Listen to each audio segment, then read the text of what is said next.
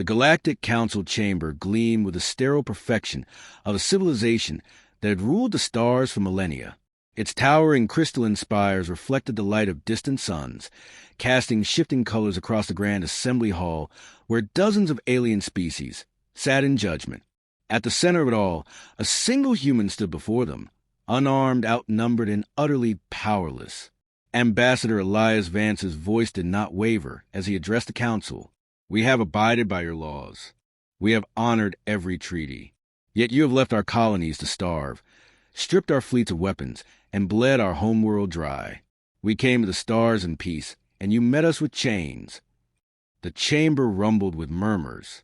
Some council members exchanged uneasy glances. Others simply watched with cold, reptilian eyes. Vance knew their kind too well. Elders of the Ochre Dominion, whose armored bodies gleamed like obsidian. The feathered emissaries of the Var Collective, who spoke in clicks and whispers in the silent, towering forms of the Zyphar Ascendancy, their neural tendrils pulsing with unreadable thoughts. They all viewed humanity the same way. A nuisance, a lesser species that had climbed too far, too fast. High Chancellor Threx leaned forward, his six-fingered hand steepled beneath his scaled chin. "Ambassador Vance, your grievances are noted, but you misunderstand. It is not hatred that drives us. It is necessity. The balance of the galaxy depends on order. Your kind is unpredictable." Vance's jaw tightened. "And by unpredictable, you mean unwilling to kneel." The Chancellor's yellow eyes flickered. "We have seen the cost of unchecked ambition before. Your species is young, but your wars have already carved scars across your own world. What happens when you bring that chaos to the stars?" Vance forced himself to keep his voice even. "Perhaps we have learned from our mistakes." Threx gestured with a slow, deliberate motion. A holographic projection bloomed into the air, grainy images of human vessels being dismantled. Fleets of warships stripped of their weapons under the Council's watchful eye. Then the images shifted to the ruined world of Helios 4, a colony where millions of humans had perished in an attack that had never been avenged. The perpetrators, a militant faction within the Cordith Empire, had received only a reprimand. "We cannot allow exceptions," Threx said. "For the stability of the Council, humanity must remain contained." Vance felt the rage beneath his skin, like a fire barely restrained. "You mean humanity must remain weak." Threx sighed. "This session is adjourned." The lights dimmed, signaling the end of the proceedings. As Vance was led away by the Council security detail, he knew, with bone-deep certainty, that diplomacy had failed. In the shadowed corridors of the station, Commander Arya Cade waited. She was a soldier, not a politician, but the grim look on Vance's face told her everything she needed to know. "They're not going to stop, are they?" she asked. Vance exhaled sharply. "No, they never were." Cade's grip tightened around the datapad in her hands. For years, humanity had played by the Council's rules, trusting that reason and patience would win them a place among the stars. But the Council was never going to let that happen.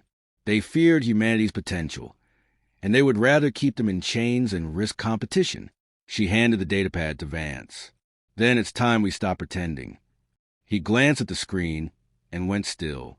It was a message from deep within the Resistance network, confirmation that Project Revenant was ready. Vance closed his eyes for a brief moment. The last time humanity had waged war on itself, Earth had burned, but this was different. This time it was survival. He looked at Cade, his voice firm. "Tell them we begin." Somewhere in the void between stars, a hidden fleet stirred to life. The asteroid drifted in the void, lifeless and barren, a speck of rock lost in the endless dark. To the outside world, it was nothing more than another dead fragment of the cosmos. But beneath its surface, hidden deep within a labyrinth of tunnels, humanity's reckoning was being forged. Arya Cade moved swiftly through the underground base, her boots striking the metal flooring in perfect rhythm with the steady hum of machinery. Engineers and scientists moved in controlled chaos, calibrating weapon systems, fine-tuning propulsion drives, and feeding new directives into the artificial intelligence that now commanded their war machines. They had built all of this in secret, beneath the noses of the Council, beneath the watchful eyes of their oppressors. At the heart of the base, in a dimly lit command chamber, Elias Vance stood before a flickering holographic display. It projected the Council's core systems, trade routes, fleet patrols, and most importantly, vulnerabilities. Cade entered without ceremony, arms crossed. "The fleet's ready," she said. "More than ready." Vance didn't look up. "Losses. A few malfunctions in the prototype stealth systems. But nothing we can't fix. No casualties." He nodded, fingers tapping absently against the edge of the console. It was a habit of his, a tell. He was thinking, calculating. "They'll see it coming," he murmured. "No matter how careful we are, the Council has survived for millennia because they know how to crush revolutions before they start." Cade smirked. "Then we don't give them a revolution. We give them a ghost." Vance finally turned to her, studying the hard lines of her face. He had known her for years, long enough to recognize the look in her eyes, the look of someone who had already accepted that she wouldn't see the end of this war. It was the same look he saw every time he caught his own reflection. Kay gestured toward the display. "We've mapped the movements of the Council's enforcement fleets. They run on routine. That's their weakness. They rely on patterns, on systems, on a sense of order. If we disrupt that, hit them in places they never expect, vanish before they can react, we don't just fight a war. We make them afraid." Vance exhaled, rubbing a hand over his jaw. He had spent years trying to find another way. He had tried diplomacy, negotiation, reason, and now they were here, on the edge of something irreversible. A new voice joined them. "Then let's begin." Dr. Renata Voss stepped into the light, her silver-streaked hair tied back, her gaze sharp with quiet intensity. She was a mind behind Project Revenant, the one who had turned humanity's desperation into something terrifying. She placed a small device on the table. It was no larger than a clenched fist, its smooth surface pulsing faintly with blue light. "The first of many," she said, "an intelligence virus. Once we deploy it, it will spread to the Council's neural networks, corrupting communications, rewriting fleet directives, feeding them false data. They won't know where we are, what's real, or who to trust." Cade whistled low. "We turn their own systems against them." Voss inclined her head. "The first phase will disorient them. The second will break them." Vance studied the device for a long moment. In a different world, he might have recoiled at the idea of unleashing such a weapon. But that world no longer existed. "Deploy it," he said. Voss smiled faintly. "It's already in motion." Across the galaxy, hidden within the data streams of the Council's most secure networks, an invisible presence stirred. And for the first time in millennia, the old order began to fracture. The Galactic Council's fleets were burning. Across the core systems, human strike teams had executed their war with precision, vanishing before their enemies could regroup. Entire supply lines had been severed overnight.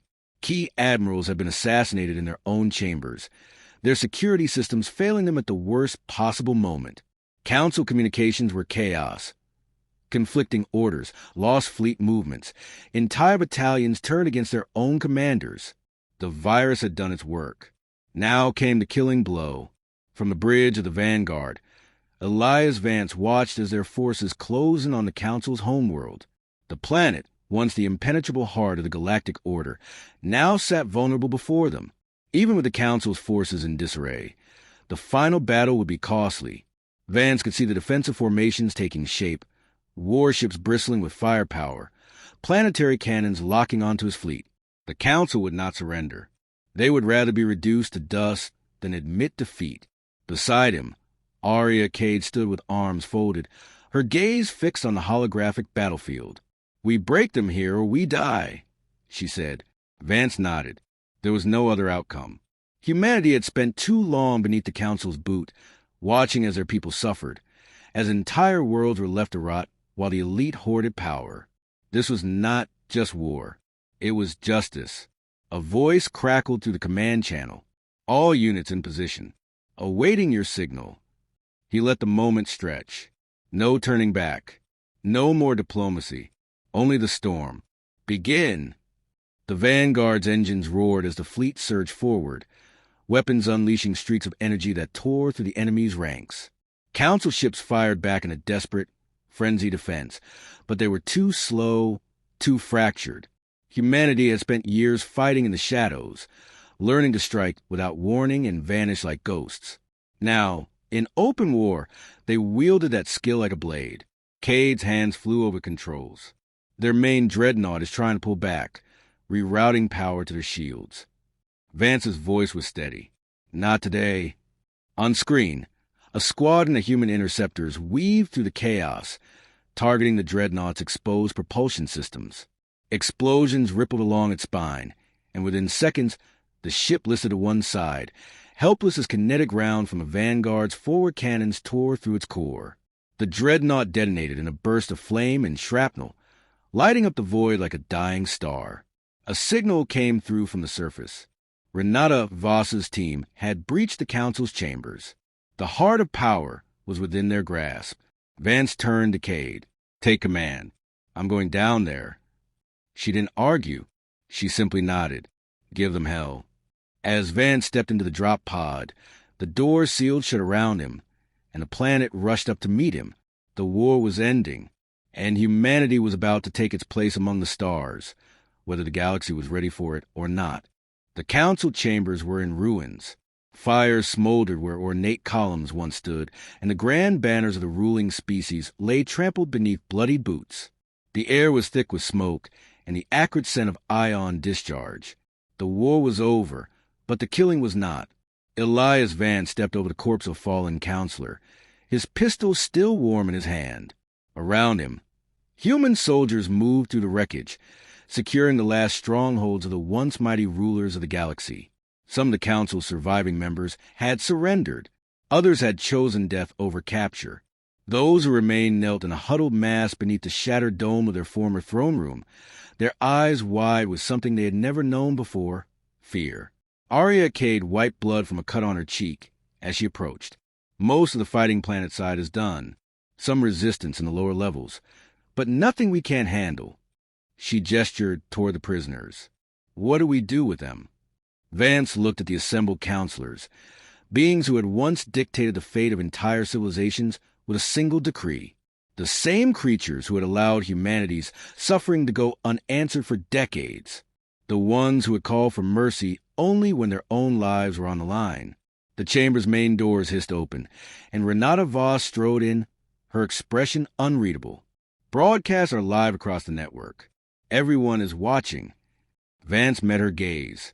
This was the moment. The entire galaxy was waiting to see what humanity would do. Would they show restraint? Would they uphold the ideals they had once preached, even after all they had suffered? Or would they take the path the Council had always feared? One of the counselors, a Var emissary with golden plumage darkened by soot, dared to speak. "You have won," he rasped.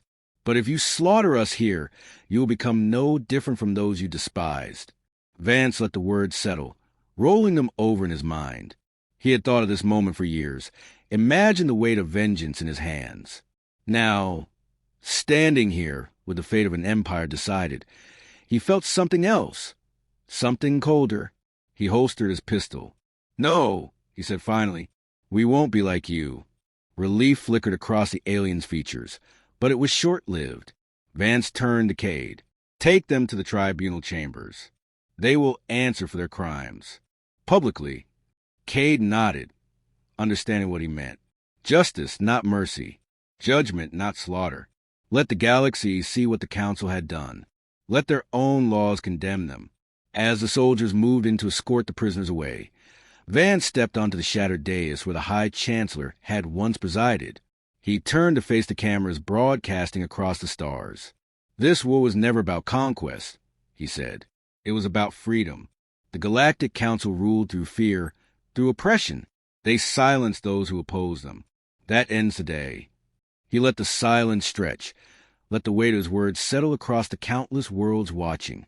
"Humanity is not here to replace them," he continued. "We are here to build something better." Cade stood at his side, watching the feed. "Do you think they'll believe that?" Vance exhaled slowly.